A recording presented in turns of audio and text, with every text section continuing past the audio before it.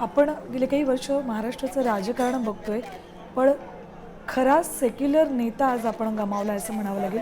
अजित पवार यांच्या रूपानं. नवीन आमदाराला, नवीन मंत्र्याला, प्रत्येकाला एक मॉडेल म्हणून दादा होते. आता इतकं मोठं एक समजून घ्या की एक आयकॉनसारखा माणूस आमच्यामधून निघून गेला, तर ते आता या परिस्थितीला आम्हाला फेस करणं फार अवघड आणि कठीण जाणार आहे, हे मान्य करावंच लागेल.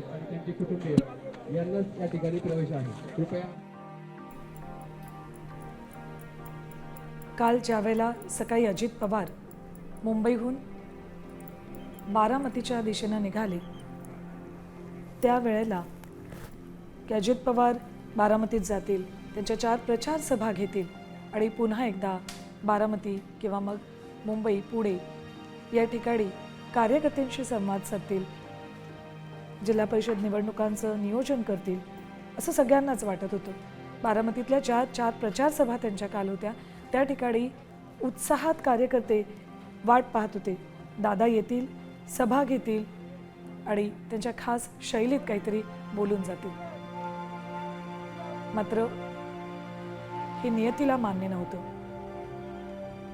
कारण 10 वाजता प्रचार सभा होती त्यांची.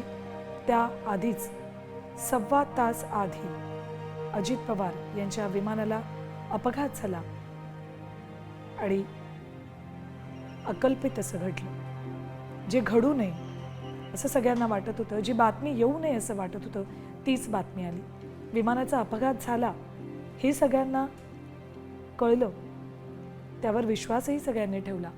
पण त्या पुढची बातमी येऊ नये यासाठी प्रत्येकजण देव पाण्यात ठेवून होता, प्रत्येकजण देवाकडे प्रार्थना करत होता. विमानाचा अपघात झाला, अजित पवार जखमी झालेत, त्यानंतर अजित पवार गंभीर जखमी आहेत. या बातम्यांपर्यंत प्रत्येकजण थोडा शांत होता.